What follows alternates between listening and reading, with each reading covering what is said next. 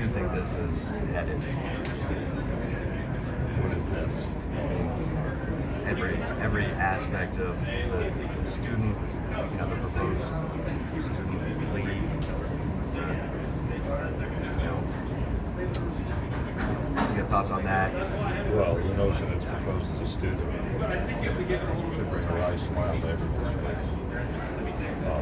I've said, I think back to the days, just up the street here, we're responsible for solving our problem in our town.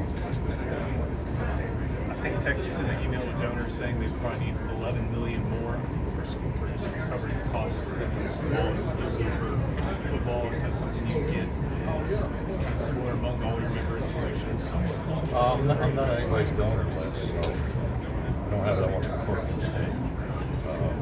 But among your sure, I mean, there's a 22% potential outflow from an athletic department settled as finalists. Everybody incentive to that. In fact, the Kirk's question, just understanding the individual reactions and how they think about that and the information they need. So yeah, everyone can get to that change. Can you talk about Big Ten SEC scheduling alliance? No, I don't use the word alliance. Never have. That's others. What term would you like to use? And is Well, that reality? we have, we put up on a screen where we already have scheduling, where we have football game scheduled in particular. So I think come 25, 26, 27, there's like 5 or 6 games in the season. You go back to the late 20-teens, like the COVID year, we didn't have any games scheduled non-conference. So there's a set of options. One, you let that scheduling approach operate as is, which is schools come together. One of the questions is, should we be more intentional with the two conference offices coordinating? And there's no definitive there, just a conversation. Having been in Ann Arbor, it was like 45 degrees cooler, I think, for week 2.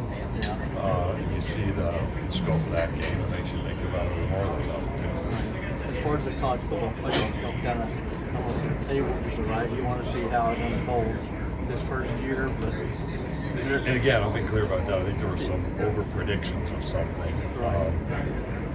With the change that's coming, my statement after was we need to make sure the 12-team playoff operates at a very high level, operates with the level of excellence. And that's not about selection of teams from the SEC. That's just about making sure first round games on campus is different.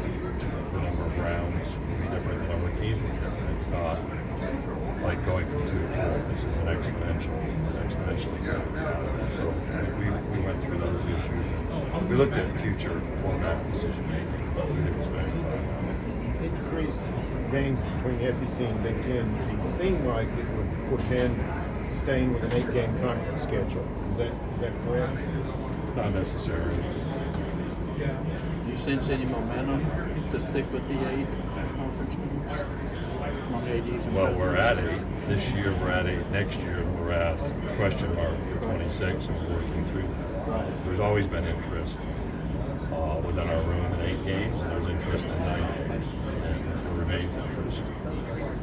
What's the benefit of a 9 The game? majority of it. Somebody breaking a tie? Where it used to be the Doug Dickey days, it was 7-5 vote. It was unanimous. Then it was 8-6. Now it's 9-7. What's the benefit of a 9-game conference? I mean, if Seeing this kind of thing over and over and over, what I saw in Tuscaloosa, what you saw in Nashville last week, what Tuscaloosa against Georgia. I was in Oxford for the Kentucky Ole Miss game. I've been in Lexington for Georgia, Kentucky, seeing those games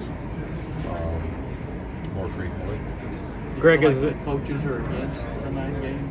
No, they're going to ask questions. Yeah. Sure. I don't. My view is there are no hard positions. There's interest in seeing, for instance, this year. Again, I've shared this. You have within our 16 those very interested in college football playoff selection. So let's go through the year and see what happens. And that was part of my summer communication. There are those who are very attentive to bowl eligibility. So think about that. We've run analytics on that reality. we'll work with TV to see what that means for games and opportunities. We have some rivalry games, but for those to continue every year, we're going to have to change the current schedule. We did a really good job in 24-25 honoring those annually expected games, but unless we have some change, that's going to become a bit of a hurdle for us. There seems to be some consternation between the two other power conferences. The SEC and the Big Ten are making the key decisions here. I just wonder what your reaction is to that, and are you trying to get those other two conferences kind of next to you with them as well? I can't speak for them, so I think I've got 2 conference calls in the coming week scheduled among the 4 commissioners. We had one the week before, and Tony and I are fully prepared to walk through the conversations that took place in Nashville. I don't assume people include me in every conversation that they have. So I don't know that I have my own consternation about others that have dialogue. We talked about reality that you're not going to gather 34 athletic directors and keep that a secret. You have to tell people. What do you think through 7 weeks the returns have been on Texas and Oklahoma conference? All positive in my experience. I've seen Oklahoma open on Friday night.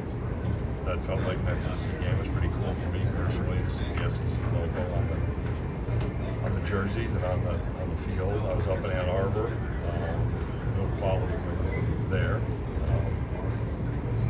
I spoke before about it being seamless. I think it's been seamless. The presidents have worked well with their colleagues at the presidential level and the athletics directors as well, including a fine bond in there yesterday.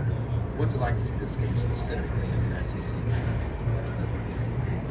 It's rewarding. You know, we've had a 3-year lead-in.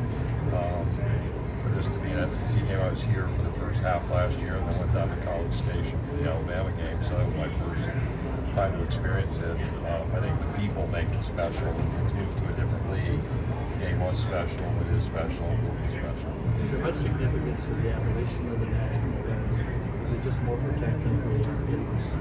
Yeah, so I'm not fully an expert on that. I was briefed on it. I think it's just a transition where you're using institutional level and conference level agreements or keep the same dates. You really haven't upset the apple cart as much as people have commented.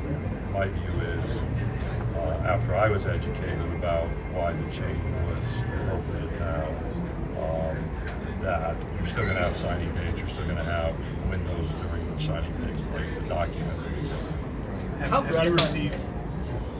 gratifying has it been to see Texas rise up to #1 for the first time in 15 years after joining the league?